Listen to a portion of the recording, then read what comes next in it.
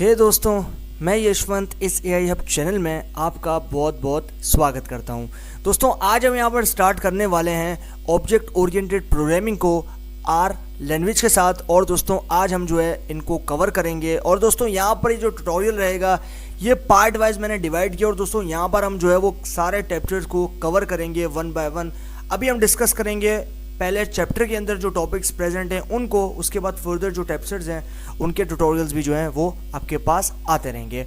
दोस्तों, यहाँ पर ये जो कंप्लीट ट्यूटोरियल है ये काफ़ी इंटरेस्टिंग होने वाला है। और दोस्तों, यहाँ पर काफ़ी चीज़ें जो है अगर आप इसको एंड तक फॉलो करोगे तो डेफिनेटली सीखोगे। और दोस्तों, यहाँ पर इसके अंदर बहुत सी ऐसी चीज़ें हैं जो कि एक्सप्लोर करने वाले हैं, क्योंकि ये ट्यूटोरियल जो है वो बनाया गया है दोस्तों बुक से। और दोस्तों, यहाँ पर वो बुक भी जो है एक सरप्राइज़ है आप लोगों के लिए, जो कि एंड में आप लोगों को मिलेगा इस कंप्लीट ट्यूटोरियल के बाद।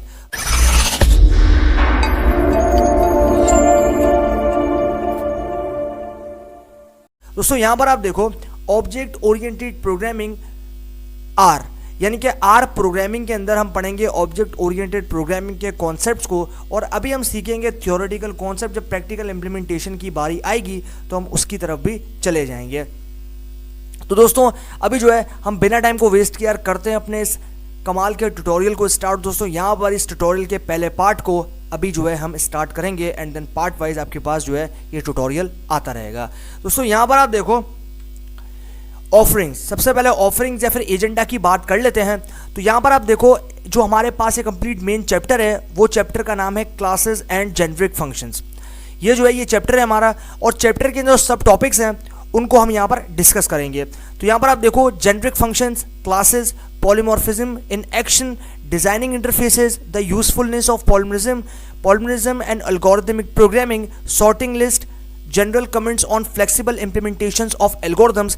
ये सारे सब टॉपिक्स हैं जो कि काफ़ी इंपॉर्टेंट टॉपिक्स हैं। और इनके अंदर इस कंप्लीट चैप्टर में, जो कि हमारा पहला चैप्टर है, इसके अंदर हम जो है ये सारे सब टॉपिक्स को डिस्कस करेंगे। दोस्तों, यहाँ पर एजेंडा या फिर ऑफरिंग्स के बारे में तो हमने यहाँ पर डिस्कस कर लिया और मैंने आप लोगों को एक्सप्लेन भी कर दिया। अब हम चलते हैं आगे और अपने टॉपिक की तरफ बढ़ते हैं और टॉपिक को डिस्कस करते हैं। दोस्तों, यहाँ पर आप देखो क्लासेस एंड जेनेरिक फंक्शन। अब यहाँ पर जो बेसिकली आपके पास ऑब्जेक्ट ओरिएंटेड का जो कंप्लीट यहाँ पर सिनेरियो है वो डिफरेंट है बाकी प्रोग्रामिंग लैंग्वेज से। पाइथन है, आपके पास जावा है, अगर मानो C++ या फिर सी है, तो उनके अंदर जो ऑब्जेक्ट ओरिएंटेड प्रोग्रामिंग है उनका डिफरेंस अलग, क्योंकि हर प्रोग्रामिंग लैंग्वेज के हिसाब से हर प्रोग्रामिंग का जो ऑब्जेक्ट ओरिएंटेड प्रोग्रामिंग होती है वो डिफरेंट होती है। लेकिन क्योंकि अब अभी यहाँ पर सिर्फ आर के परस्पेक्टिव से बात कर रहे हैं तो हम यहाँ पर आर के बारे में बात करेंगे। तो आर के अंदर क्लासेस और जेनेरिक फंक्शन का जो कंप्लीट यहाँ पर थ्योरेटिकल कॉन्सेप्ट्स हैं उनको सीखेंगे। दोस्तों, यहाँ पर आप देखो our approach to object oriented programming is through generic functions and classes। यानी कि R का जो अप्रोच है ऑब्जेक्ट ओरिएंटेड प्रोग्रामिंग के लिए वो जाता है आपके पास जेनेरिक फंक्शंस और क्लासेस के थ्रू। अब यहाँ पर आप देखो as mentioned in the introduction, R actually has 3 systems for implementing this called S3, S4 and R6। यानी कि आपके पास जैसा कि मेंशन कर दिया गया इंट्रोडक्शन के अंदर कि R जो है बेसिकली वो एक्चुअली डिपेंड होता है 3 सिस्टम्स के ऊपर जो कि इंप्लीमेंट किया जाता है, और वो सिस्टम कहलाते हैं S3, S4 एंड R6।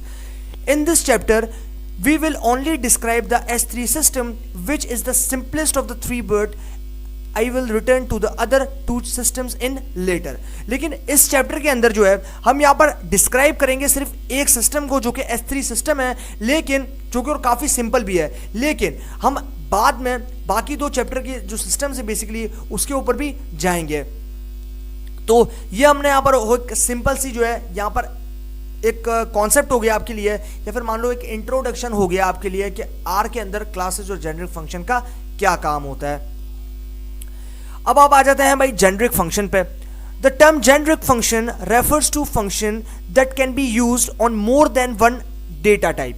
यानी कि जो टर्म जेनेरिक फंक्शन है वो बेसिकली रेफर करती है उन फंक्शन को जो कि यूज किए जाते हैं ये एक या फिर एक से ज्यादा डेटा टाइप पे। Since R is dynamically typed, which means that there is no check of type consistency before you run on your program, type checking is really on a question of whether you can manipulate data in the way your functions attempt to। अब यहाँ पर आपके पास जब are है basically, तो are जो है वो डायनेमिक टाइप, यानी कि डायनेमिक मतलब है चेंजेबल। आप जो उसको डायनेमिकली या जो है मानो कस्टमाइजेबल लैंग्वेज है उसको जो है आप यहाँ पर कर सकते हो। लेकिन इसका मतलब यह है कि यहाँ पर आपके पास कोई भी चेक नहीं है कि आप यहाँ पर एक टाइप को कंसिस्टेंसी के साथ में किसी भी प्रोग्राम के पहले रन कर सको।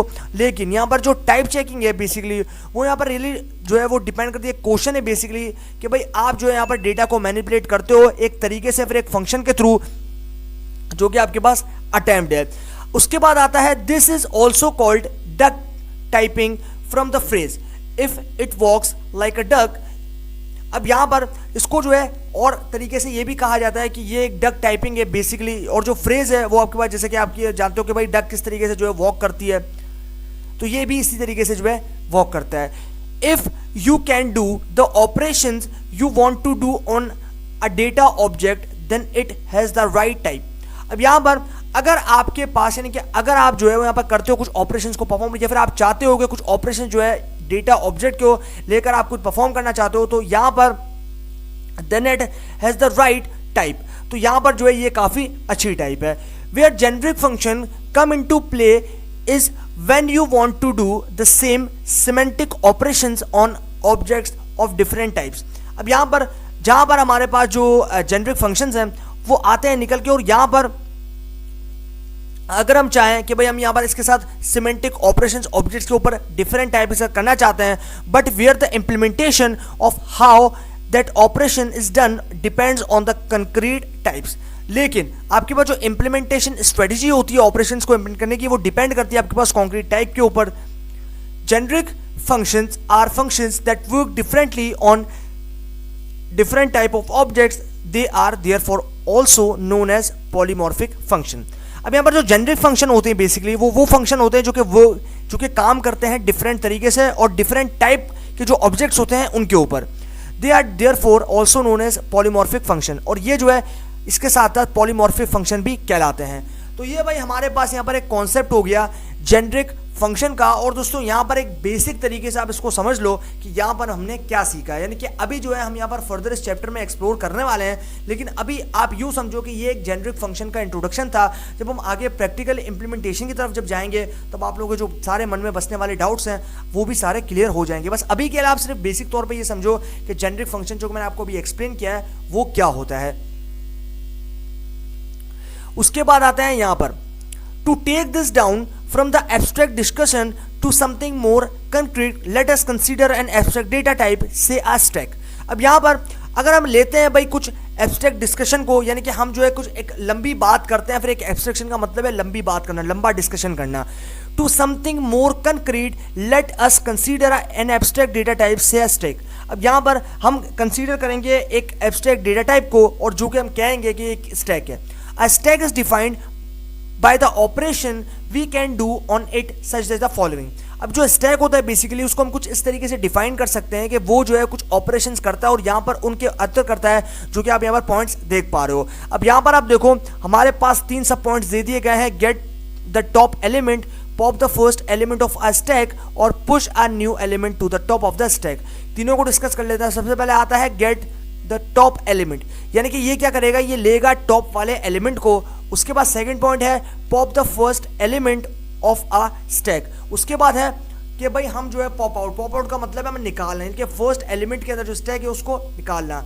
उसके बाद आता है third point push a new element to the top of a stack. उसके बाद हमें जो है पुश करना है नए एलिमेंट को top of the stack. To have a base case for stacks we typically also want a way.